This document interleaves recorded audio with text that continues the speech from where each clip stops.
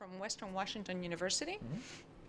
And he says of himself that he spent most of his time working with technology as a designer, photographer, developer, and creative director of his own design development firm.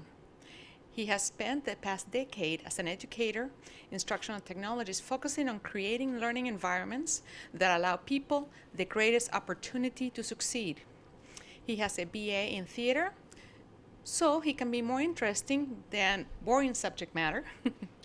And he has an MED in environmental education, so he can speak with conviction to people that think he doesn't know anything. He believes education it is the single greatest tool for improving any system and will return dividends far in excess of the cost. There's nothing better than the look in a student's eye when they suddenly understand something that was baffling them moments before. He shares a house with his wife of 30 years and a son who wants to be the world's first physicist, actor, adventurer. So He added Vampire Hunter just recently, but interesting. That's great. Okay, so thank you, and here's Kevin. thank you. Actually, I haven't been an application specialist for years. I'm actually I'm the Canvas technical lead at Western Washington University. We just completed a transition from Blackboard to Canvas over the past roughly 2.5 years. I head up the technical support department. We serve about 15,000 students, 2,000 faculty, and a known number of staff. So when I started thinking about this, tools of a tech support monkey, that's really how we get seen by a lot of people. Like, oh yeah, you tech support people in your little hidey hole or in your tree doing stuff. A little bit more than that. But really, let's get to proceed. Before I start, I want to talk about a few rules that I sort of have come up with over the last few years. First of all, rule one, keep it very simple. I think that in tech support, there's a tendency to sort of overcomplicate matters.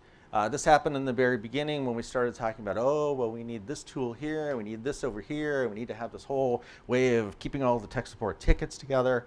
And really, you got to think about what it is you're trying to do. And what you're trying to do is answer people's questions, answer them in a timely manner, and get people using your tool or whatever it is you're supporting, in our case, Canvas. Rule two, you're not building the pyramids. Right? Don't overthink it. And this is a big problem that I see in a lot of educational settings, even at Western, is people tend to overthink the problem.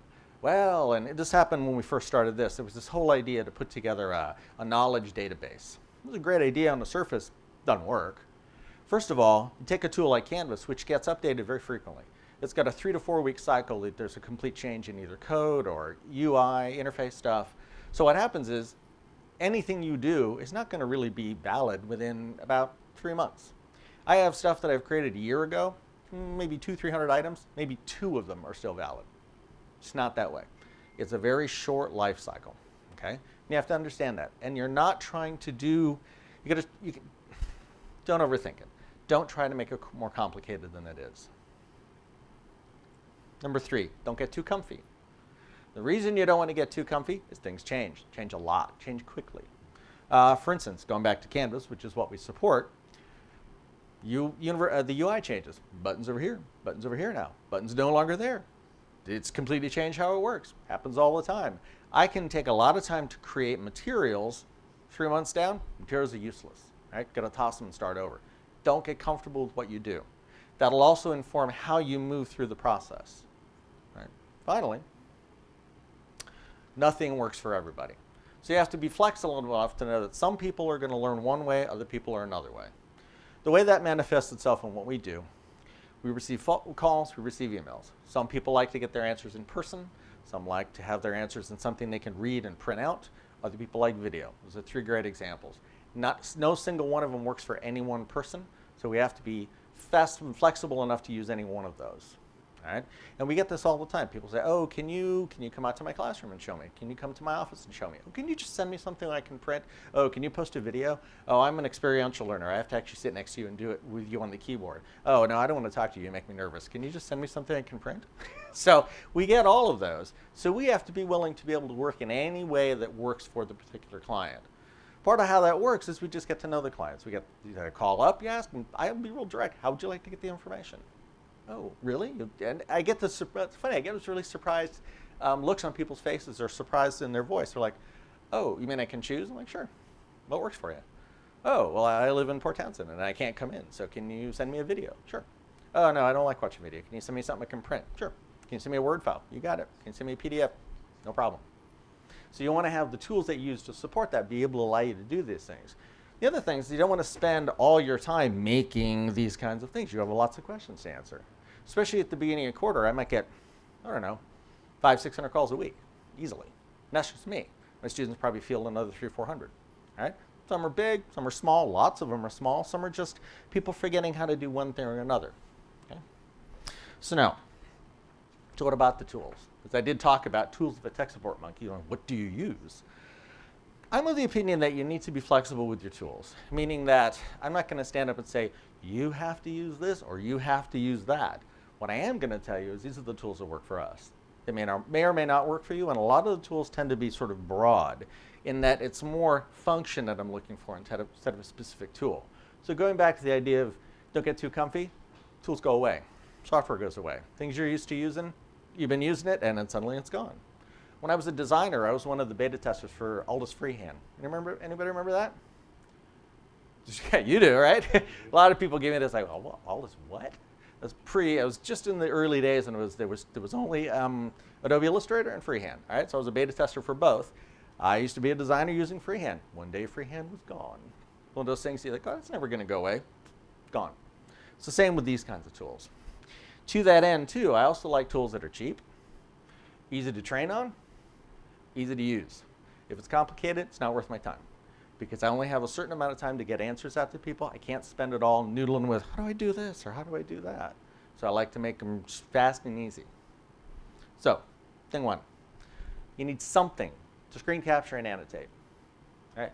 Personally, I like this one, Clarify.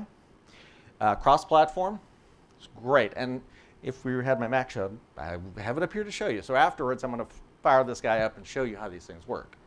So Clarify allows me to capture any screen. Its beauty is about 3 different things. It can capture multiple screens. So I can open it up, I can work through a problem, capture a screen, go to the next step, capture a second screen. It'll keep them all in sequence. I can keep them in sequence and I can annotate each one. I can put text with them. That text can be live. I can style it. I can put links. But my favorite thing in the world, red arrows. Okay. Red arrows are the greatest thing since sliced bread when it comes to tech support. Why? Because people say, I don't know what to click on. All right? How many of you do tech support? All right? You get this one, it's like, click on the little blue button. It's green on my screen. Okay, so it's up on the left. No, lower left. Is this one up here? And you sort of talk them through it. Arrow is like a gift from God. That one right there. You know, sometimes I'll have like 6 arrows pointing at stuff. It's this one right here. You know, underline things. So it's got annotation ability to draw on the images, mark them up, blur stuff out if you want, point to things. Right? It also allows me to save these. I can copy and paste them into Outlook. I can copy and paste them into almost any word processor. I can save them as Word. I can save them as PDFs. They have their own service where I can upload them to that service and send a link. I can also copy and paste them right into WordPress, and I'll get to that in a second. So it's a real flexible tool, fast and easy to use. It took me about 5 minutes to learn it. I taught my 2 students in about 15 minutes. I get the entire group of us on it. I even get the help desk on it, and most of our administrators are on it too, because when we have to communicate information, nothing better than grabbing a screen, go, here, right there. A big one is we do a lot of guest accounts for Canvas. We have our own internal accounts, which are our students, faculty, and staff, but every so often we get a call for people to say, oh, I need to get somebody from the community into my class. Can you do that? Sure, it's easy. Send me their name and their number, or name and their email. I set them up a guest account. But when you log in, you can't log in with the regular student account. I send them a simple screen. It's got a URL at the top they can click on and a big picture of the screen they're going to see and a big arrow pointing to the big yellow button. Sign in there. I can tell you, I've told people until I'm about to faint, click on the yellow button, click on the yellow button, click on the yellow button. Then I'll say, I clicked on it. Really, where'd you click? Did you scroll down and see the yellow button? Oh, that one. I've had that conversation so many times. When I send the red arrow on the yellow button, they get it every single time. Hey, thanks, that was great. I keep also, these files are quite small. I like word processing files, approximately the same size. We have a big storehouse of them that we keep them on a cloud drive, which, by the way, is my next tool. You should have some sort of cloud storage. Whether it's the storage that you use internally for your school, It can be OneDrive, it can be Dropbox, it can be a file server. It really doesn't matter. But all the people involved need to have access to it. They're always using this tool. They can save everything into there. We have several hundred of these files we can scroll through. If you need one from previous times, go grab it. Why? Because I can pick up anything I've already done with all the screen captures. I can select one of them and just tell it, I want to change just that piece. It'll allow you to go, grab it, substitute it, maybe you change the text around, and you're done. Save it, gets used again. Very fast turnaround. I only keep these things for about maybe 6 months. Every 6 months I call through it, ditch the stuff I don't need. Why? It's not good anymore. But I keep the current stuff, right? The old stuff, I go through stages. I don't throw it away immediately. I usually keep it a full year before I toss it. But it gets into a sort of an archive file, old stuff. And because there's stuff that doesn't work anymore, so if you figured out better ways to do it. Some sort of cloud storage that everybody can get a hold of. Now, in our case, we just switched over to Office 365. Yeah, that switchover was not exactly smooth. Anybody have Office 365? Yeah, not exactly smooth. Yeah, like the eyebrows. Yeah, we did the same thing. So for now, we have it on a network drive, and it works great. Right? When 365, when the OneDrive works a little bit better, we'll probably switch it over to that. But as far as I'm concerned, it doesn't matter. Just some sort of easily accessible storage. Now, I also have a duplicate on Dropbox because I work at home sometimes. So I can get to my Dropbox one, and I have that shared with my students as well. Email. You'd be shocked how many people like to have their information sent to them via email. I get it all the time. Oh, do you want to come in? Oh, can you just email me? Sure, I can do that. All right? I'm perfectly willing to send it to them. And the beauty of the tool that I use, Clarify, copy and paste it in Outlook. Done. Copy and paste it into whatever email client you're using. Right? Only place where it doesn't work is if you're using the web version of it, because the web version of Outlook is kind of funny that way. In that case, I just save a PDF and I connect it as a PDF. Either way works. I have those. Matter of fact, I send those out. I'll have those come back to me sometimes from students which say, my teacher just sent me this, and I don't quite understand. Can you correct it? Oh, yeah, I'll open it up, send them another one. Here, try this instead. Great. This one is an iffy one, screencasting software. So I'm a believer that certain kinds of ability to capture the screen in video format are useful. I don't do it a lot for tech support because tech support is typically small little slices of what you need. Right? I would say 90 to 95% of the stuff I have to deal with are quick questions. Something's broken, something doesn't work, what do I click on? Why isn't this working? Okay? When I need to respond in that way. Okay? On occasion, there are longer things that are a little bit more complicated. So one of them is we do this thing called cross-listing, where we have multiple sections of classes. So the multiple sections of classes, the way they used to be under Blackboard is they would automatically come out together if they were as part of one class. They don't do that anymore. Canvas has you do it. It's sort of user doable. Right? So that put a whole twist on the faculty who'd never been doing this before. The other thing is the way it's done in Canvas is a little backwards. Typically, you get a class, and what you're going to want to do is you're going to say, I've got class A, B, and C, and I want B and C merged with A. That's the language I usually get. So to make that work, most people would open up A and then go tell it I want B and C connected to it. It doesn't work like that. In Canvas, you have to go to B and C, open them up, and tell them to connect back to A, which is reverse kind of how most people think. It's sort of an odd thinking. That we found to be a problem. We would explain it, didn't work. It's user doable, but if it's done wrong, then the admins have to go in and fix it. That probably is, during the first part of the course, that's a big call. We get a lot of cross-listing calls. So we have two options. We can either do it ourselves, which is fine, or we can teach them how to do it. So we do sort of a mix. If it's somebody that I know and it's going to have trouble doing it and the whole backwards, the way it works is going to really stump them, we'll just do it for them. But in the process, I always send them a file or something to say, I did it for you. Take a look at this. So next time, you might feel a little bit more like you can do this. That's been working because I'm getting fewer and fewer calls.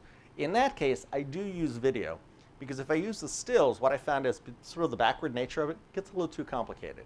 If I can talk somebody through it and say, here's what I know what you're thinking, but here's what you do, so I use video for that. That's a little longer. That process maybe takes 2 or 3 minutes to explain. We also do some which are longer, which I do Canvas classes, like how to set up your course, how to set up an assignment, things like that. I'll use this. I'll use video, some screencasting software for that. I've got a series of them, probably have close to 100 right now. Up, we use Vimeo to store them, which brings me to this. some place to have your videos stored. Okay? I like using something like Vimeo because I have absolutely no problem with somebody from the outside looking at them. Depends how you think, it depends how that works internally at the universities you're at. Some don't, some care a lot about it. For the stuff I'm doing, it's fine. I don't mind if the public can come in and see what we're doing. Matter of fact, we get a lot of comments from the public. Oh, that was really useful, because we do more than just Canvas. We do like Illustrator and Photoshop. In fact, our InDesign one is really popular. But some place to have it, be it eBay, be it YouTube or Vimeo or something like that, or if you have your own built-up system, you know, think like Panopto or something like that, but just some place to put them, and preferably some place that allows embedding. Embedding, because then you can just embed it into a page, into a link, or some way to share it that's easy. Again, going back to this idea, you want the stuff to be easy. And finally, you want, not finally, but a place to present it. This is a fairly new thing because currently we have been just building up this backlog of stuff. We have these folders of things, we go through and we look at them, and it's been a lot more efficient to do this than to use the IT database that we had built up. In fact, we had an IT database built for us in Drupal, customized, and what we found is it would take about a minute to create a tech support piece that we'd send out, you know, an answer to a question. It takes about a minute to do it. It would take us about 11 minutes to actually put it in the IT database because we had to deconstruct it and put it in, and then we had to tag it, and there were a lot of different pieces to it. And then it would become just not very useful in about 6 months. We have to take it out. So that whole process really lengthened everything. So we decided we needed a better way to do this. WordPress popped up because we're looking at a campus-wide WordPress install. What was nice about it is I can go from some of these tools, just copy and paste into WordPress, and have a real simple way of organizing it. Categories and tags. All right? Big tag cloud, people can just click on them, some drop-down categories. Drop-down categories are things like the big stuff, like it's about Canvas or about making an assignment or creating a module. And then the tags are sort of more specific, you know, doing this, doing that, creating this, fixing that. That allows us to put stuff that we think might have more sort of wider use, because there's going to be multiple types of tech support questions you get. One are the one-offs. You know, I can't find my class, or why can't I see that module? Well, I go into their class, I'll do a screen capture of their class with their name on it, and I usually will point to their name, like, okay, I'm in your class, look for this, like the little cloud there means this isn't published or this isn't on. So that's a one-off that goes to that person, and I'm not going to use that for anybody else. Then there's the larger ones, which I get a lot of calls for, then I'll create something that I'll put here, right? And that would be a ticket that's going to have sort of more generic way that I build it, you know, if you're in a class. So I have several dummy classes that are built with dummy content. And I'll just open it up, say you've got a module and you need to put something here, click this button, and I'll take them through that process. That goes here, right? But it only goes here for one reason, because it saves me time. Because that's the other part of this. We only have so much time, right? And we want to get answers to people. This is something that then our help desk at Western uses, okay? Because the help desk, they got a lot of stuff to learn. Canvas gets brought in. They don't know Canvas. We try to train them, but it takes some time to get up and running. So I needed to give them something for those maybe top 10 questions that they're going to get all the time. How do we do this? How do we do that? How do we do that? And that allows me to filter some of those questions out before they ever get to me or to my students, right? It makes the process run a lot smoother. They also don't feel a lot of stressed out, because I was getting a lot of help desk students like, oh my God, I don't know how to do this. It's such a failure. I'm like, it's okay. It's like, we'll take care of you. Because basically, this acts as my tech support to the help desk, saying, here, these are your top 10 hits. Just rely on this, and if it's past, if it's not one of these, send it to me. Make your life easy. Right? And finally, somebody to track what you're doing. All right? So this is new. So we've been using Trello. We've been trying out Trello for this. Basically, let's say I got 5 people involved in a project. Okay? When you're using multiple people in a project, you got to know who's doing what. Otherwise, you have duplication of effort. So one of the things we were finding using, or the first way we did this was, you know, we're all sitting in a big room and we're all answering common email lines coming in. Sometimes 2 of us would answer the same thing, all right? Or nobody would answer because they think I got it, but I thought someone else got it. So we needed some way to at least know who was doing what and to assign things to people. So what Trello is you can use it both as an app on a device, so I can use it on my phone, I can use it on my tablet, and I can also use it on my laptop cross-platform because it's browser-based. We use Trello. I can create a project, I can create all the things I need for it, and I can assign people to each thing. So I can say, this is for Joe, this is for Mary, this is for Tom, and I want you to do this. It'll notify them. I have 3 accounts for everybody around. And we've been using that, and I only use it for the larger projects that we do. Like we have some larger tech support issues. Like we're going to work on teaching people how to cross-list, or teaching people how to create assignments, or teaching people how to use, weighted grades, all right? So then I spread the work out like that, but it allows me at a glance to look at it and see who's done what. Because typically there's columns.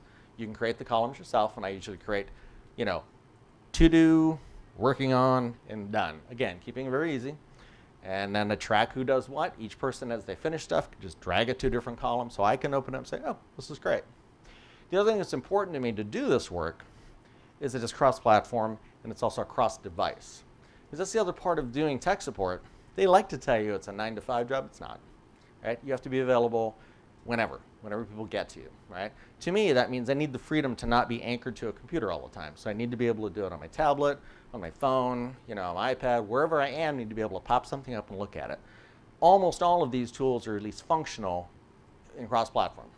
Right? That allows me flexibility, so I'm not constantly anchored to my phone or anchored to my desk. I can have a life outside of that, which is required when you do tech support. I've got some of the stuff, but we can't get this to work with the projector. So I can fire it up and show you how some of these work, if you want. I can take questions first, however you would like to do this. Really? I got no questions? Yeah. Are you supposed to have the talking, this thing? Here you go. Kevin, what do you use for your screencasting software? So I'm a Mac user, so I have a Mac on my desk. So I like Camtasia Mac. I like it. Well, let me back up. It's not that I like it. I'm not somebody who's like, oh, I like the software. I'm like a big fan of it. To me, software is a tool, like a hammer or a screwdriver or a frying pan. I don't care what it is, as long as it works. I have a Mac on my desk because I like Macs. So I use Camtasia for the Mac. Fast, easy to use. We have people who use Camtasia for the PC, so it works back and forth. We also have, what do they call it, Camtasia Relay on campus. So as a tool, it was as good as any of the other ones. So Camtasia is good, and then there's another one called, what's it called? Yeah, it's the one that I use the image for. I'll look it up for you. But they're essentially, to me, they're all pretty much the same, but I like Camtasia for a couple reasons. It's relatively quick, right? Because we have Camtasia Relay, I can export what I make to our Relay server, so it gives me an easy way to share things. And the other thing is that I do like to be able to do some things like, take the cursor and highlight it so I move it around. Because that's one thing. If you're doing a video, you need to make it so people know what you're doing. All right, so a big old cursor blob moving around like in the corner. So I like it because it can do that and it does it easily. The other thing is, and I can teach people how to use Camtasia easily. It's a pretty simple tool. Some of the other screencasting softwares are positively Byzantine when it comes to how they get used. Like, I gotta hold this button down and put my foot on the table. So I just want something that's easy to use. So that's why I use that. I've used a bunch, but it works pretty well. Yeah. Oh, the box. You gotta bean somebody with that. Like, I gotta. Yeah. So, do you use Screencast-O-Matic? I use no. I use Jing. You use Jing. I use Jing too. Now, my choice of Jing is only out of sheer convenience because it's up on my menu bar, and because I can send stuff up to Screencast to share it. And we have like I said, we're a TechSmith school. I like Jing, sorta. It's okay, because some people don't like it because it only does short captures. I think it's 5 minutes max. For me, that's more than enough for tech support. If I'm going more than 5 minutes, I'm doing something wrong. I need to be able to answer a question in like 30 seconds or less. So the time thing isn't a problem. And this is the designer in me. I find Jing kind of ugly. So it has nothing to do with its functionality. It's one of those, anybody ever use software, you open it and you're like, whoa, that is just ugly as hell. I don't want to use that. So I'm not a big user of it because of that, but it's fine. It works great. I've used it before. I send links to people. Yeah. It's hard to download the videos out of it too. It is, and also it's kind of janky when you upload stuff. I find that sometimes the uploading doesn't work so well.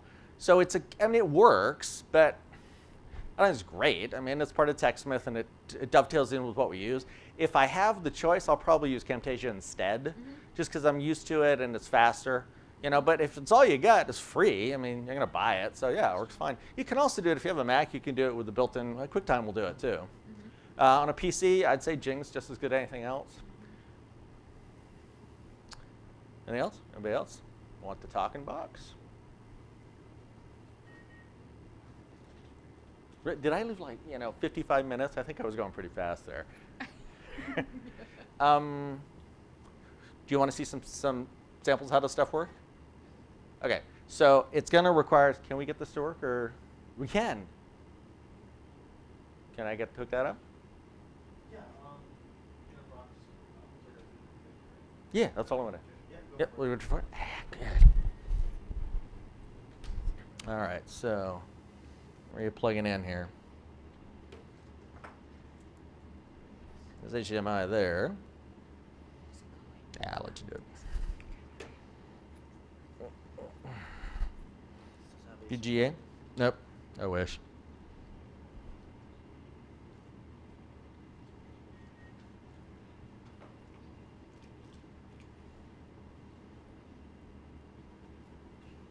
Yep, I'll plug in this side.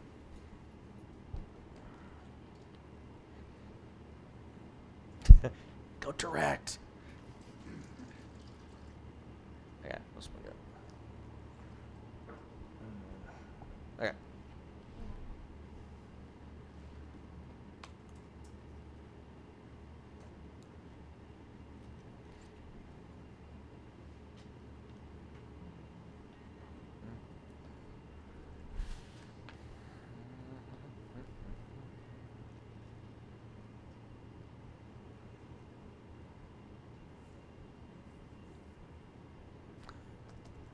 I'll just turn it around, show everybody fine.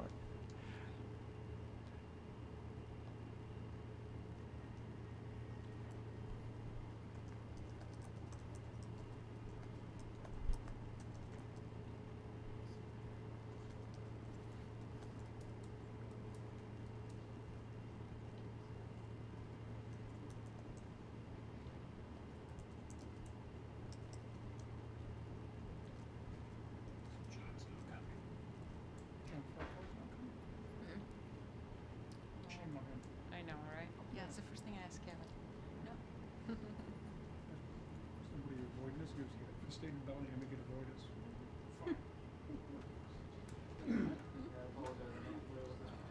It's okay.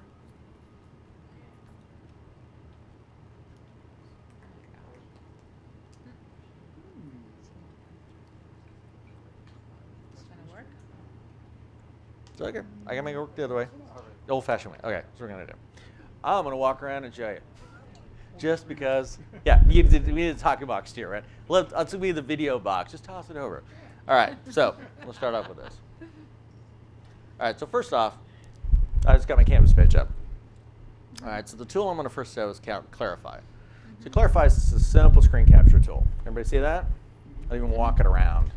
All right, all it allows me to do, I'm going to come in at the top, right up here.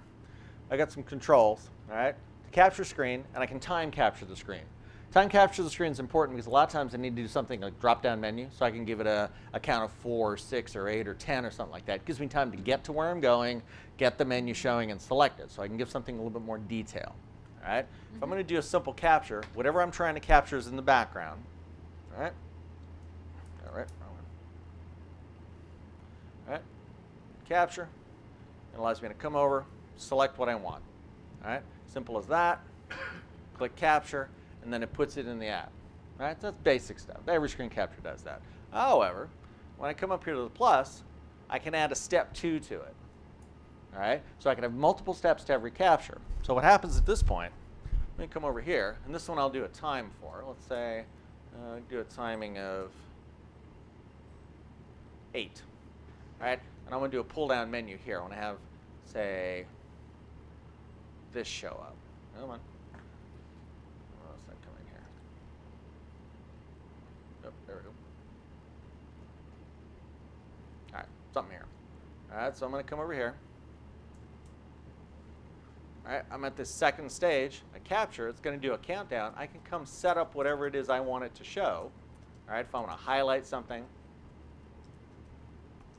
All right, and then I can capture it.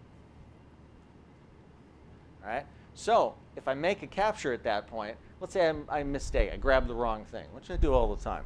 Then I have the ability to simply come in here, go to the capture I want to change, like this one, and I hit this, this little camera with the arrows on it, and basically that allows me to replace my capture. It says, no, go to whatever it is you wanted to grab. I'll stick up my countdown. There we go. That's what I want instead. It'll do the capture box exactly the same spot. At this point, I can move the capture box around if I want. I can resize it, or I can say, oh, that's fine. So I can simply go in and recapture any one point. All right? So at that point, I've got multiple captures set up. This is where the beauty comes in. I say, well, I want to come in here and let's say highlight this one thing. And let's come in, get a box, highlight it, you know, an arrow point to it. I want that's what you're looking at right there. All right, so I can go and annotate it. Not only can I do that, I can come in here and write text and annotate it that way. Write a short description, because oftentimes you need to click on the yellow box. All right, click here and wait 2 seconds, and this will happen. I can also, because this is style text, it'll allow me to come in, it'll allow me to create URLs, live links, anything like that. The other thing it allows me to do is to do a sequence. So let's say I want to do 3 things, right? Come in for a sequence, and I can say, well, here's what I want you to do. Sequence, I want you to do that first, that second, and that third. And I can change color, and simple graphic stuff. I can change color, I can add arrows to it, I can make boxes, make the lines bigger, smaller. Yes, they're in the back. Yes. Don't forget to grab your box. Got to speak in the box. Compared to Screen Steps Yep. or Snagit, since you're at the TechSmith school, Yep. how does that stack up? I think it's way better than Snagit. Screensteps is okay. It's good. I think it's equal. I like this because I find it simpler to explain and use than Screensteps. Snagit I don't particularly like at all. I find Snagit to be a little obtuse in the way it works. But then again, that's also me. Okay, if it works for you. So my preference is you have some sort of screen capture software. What it is, it's fine. You could use Jing for screen capture if you want. It really doesn't matter. I just like a tool that's fast, easy, and for me, I have 2 students who change out every year. So I need to be able to teach it to them. And I'm busy, so I need to be able to teach it to them quickly. So over the 3 years I've been using it, it's just a matter of like, yep, I can teach you that in about 10 minutes. Works for me. Like I said, I don't have a lot of brand allegiance. You know, I have some, but most of it is like, anything in the tech world is like if it works and I get to leave at 5 or 7 or whenever I get to leave, or you know, and I have to pull my hair out, then it's the greatest tool ever created. And then as soon as it starts to suck, then I hate it. You know, but it's really just a matter of what works for you. Okay? Thanks. When you export this stuff, you have the ability to copy and paste this directly from here into anything, right? Or you have a series of export functions where you can come in and export as a PDF, as a Word file, as whatever you like. The other thing I wanted to show you, let's come in, tab, was Clarify also has their own system where you can save it to there, Clarify it, free. And then when you save it, like this one's one that I built, right? Come in, right? Have the different arrows and stuff. And then over here, you can share it with an embed, HTML, styled HTML or images. So it gives you a quick way to share stuff. Sometimes I have a person who, they only get their email as text. They're in a computer science department, and they run a, they're using like, I don't know, Conqueror or whatever it is as a browser, and they're using only text, so I can't send them an HTML email. That's not going to work. So I got to give them some other way to get this. So I give them a link and a URL, and they can go to it in their whatever Linux browser they have, and that works for them. So I need to have some options. And those are things you just find out over time. You're like, oh, I sent you that. Oh, I didn't see it. What email are you using? I'm using, you know, my Aunt Betty's email or something like that. And then you're like, okay, fine. It's text only. I know what we're doing now. The other thing I want to show you, all right, is go back. All right, so I brought a small sample of what I have here. So File, Open. I got a Northwest Met folder. Northwest Met right here. So this is just a little bit that I grabbed off of one of our servers. Clarify documents. Oh, there you go. So they're all stuff that I've got laying around. Everything from, you know, a walkthrough of Big Blue Button, which is fairly extensive. How you go from, you know, beginning and end to set stuff up. All right. So this can be reused at any time, or something a lot simpler, like let's see. Oh, I use it also for bug reporting. All right. showing a bug report, doing something for instructor. I get a lot of this where I'll say, oh, this doesn't work. Oh, yeah, there you go, captured it, sent it to them. And it's funny, they use it too. They sent back to them, oh, just send us the clarify document, we use it. I'm like, oh, okay. The one that I want to show you, though, I think I still have it on here, is, don't save.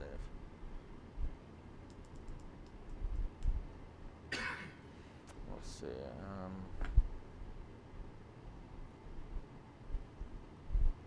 Oh, no, I didn't bring it. It's a new one. It's the one that's just one arrow pointing to a big yellow button. Click here. Yeah, use it all the time. The other thing I wanted to show you is this. This is probably a little difficult unless it's explained.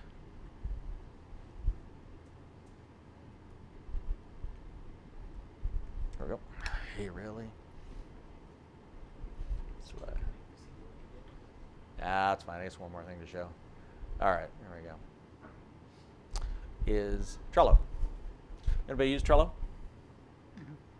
Serious? Nobody? Really? Nobody uses Trello? You've heard of it? I can spell it. I can spell it. Oh, okay, that's good. Yeah, use it on the iPad. So all Trello is, all right, Trello allows me to go through and create what are called boards, all right? So I'm just come down to this one on the bottom, it's tectonic boards, give you an idea how this is going to work. All right, board created right here. All right, so you can create the categories by which Trello organizes. So I like to do, doing, and done. All right, you can make them say anything you want, ABC, morning, noon, and night, whatever. I like to do, doing, and done because it's easy. Are you doing this? You've got to do this. Oh, we're done with it, So here, as you've got the categories, you can simply add what's known as cards. All these little white spots are cards. I'm going to add a card. And what's your name? Chad. What's that? Chad. Okay, Chad. Well, I'm not going to use your name. Say order media, whatever that means. So you're ordering media for me. All right, so order media. Now, I'm going to add it. So now order media, I can actually come in and then specify, I can edit it, or I could go to the due date. I can change the due dates for, on the 29th, make sure it's done on the 29th. So let's get all that done. So now, when I go into order media, I have the ability to add members to it. I can add a label to it. I can do a checklist to it. So I can add whatever level of detail I want. So as much detail as I need to give my student workers or anybody else I'm working on a project with. I can say, well, who are the members on this? All right, so members. So these are members that are signed into this. So say you're not Chad. Let's say you're Peter, my coworker. So I can assign it to Peter. So Peter's now assigned that task. He will automatically get notified. Oh, I got a task to do. Great. And it's due on the 29th. You can create a simple list. You can talk about what's done, activity. I went to your office and you weren't there. Hey, check your email. All right. I can add an attachment to it, which is here's the form I need you to use when ordering the media. All right. So this can be as complex or as simple as possible, and it works exactly the same on a tablet, on a phone, or on either a desktop or a laptop or whatever you're using. It's an invaluable tool, simple, easy to use, and free. Now they do offer, you have the gold variety or something like that. Typically more storage and a little bit more features, but we found that the simple garden variety free version worked great, So, and I got a small team, but it's like, okay, let's say I'm working with you, say you're to my team. I need you to do this, I need you to do that. Especially great with student workers because students have, who's this, are you a student worker? Or do you have student workers? Yeah. Okay, how many do you have? We have two. Two, okay. Student workers, by their very nature, are students, yes, that's exactly right. And it's like a huge mistake. I get a lot of people say, they're not acting professional. Well, of course they're not acting professional. They're students. They were probably, stoned last night or something, all right? Or I actually have students who come in, like, oh, I had a test yesterday, and they were up until 2 minutes ago. It's like you got to accept that's what a student worker is. They're not a professional. So you accept what student workers are and what they're not. So to that end, I use tools that help them. I need you to do this. I need you to do it now. Don't forget. And the other thing is student workers have variable schedules. They might be here 2 hours this week and 6 hours next week, and you never know. I got a final. I broke my leg skiing, and I have a final, So accept them for what they are. So a tool that can help them organize really makes your life a lot easier. And we use a lot of student workers at Western. We have a lot of student workers and a lot of adjunct. And this is a tool like this really helps. Assign it to people, tell them what you need to do, and then for me as their supervisor, I can just quickly look at it. What have you done? And then I don't have to be a nag. I can walk over, hey, check your Trello account. I need you to do this. Oh yeah, great. And I find that they do it. They actually check it. They get back to me. Works great. Any more questions? Yeah, you're giving me this look like, I'm going to go now. That's all I have. It's really, what I have found really over the past almost 3 years is that the important part is the sort of understanding what it is you're really doing. And what you're doing is you're creating this one thing. You're answering questions, and everything else is superfluous to that. You got to answer questions, so you got to figure out the best way to answer them and get that product delivered. Your product is the question, is the answers. Once that's done, the rest is like, it doesn't matter. All right. So once you've delivered that, once you understand that, everything falls into line with that. What makes that easier? What makes that simpler? All right. What causes me the less gray hair? Well, I failed that, but what gives me the least gray hair? So everything sort of falls in line with that. So that's my philosophy of how to do this. And we've been doing pretty good. The last 3 years, we have yet to implode. Now, I'll probably follow the tech support arc after, complete severe burnout after 4 years, but we'll see. Thank you, Kevin. Thank you.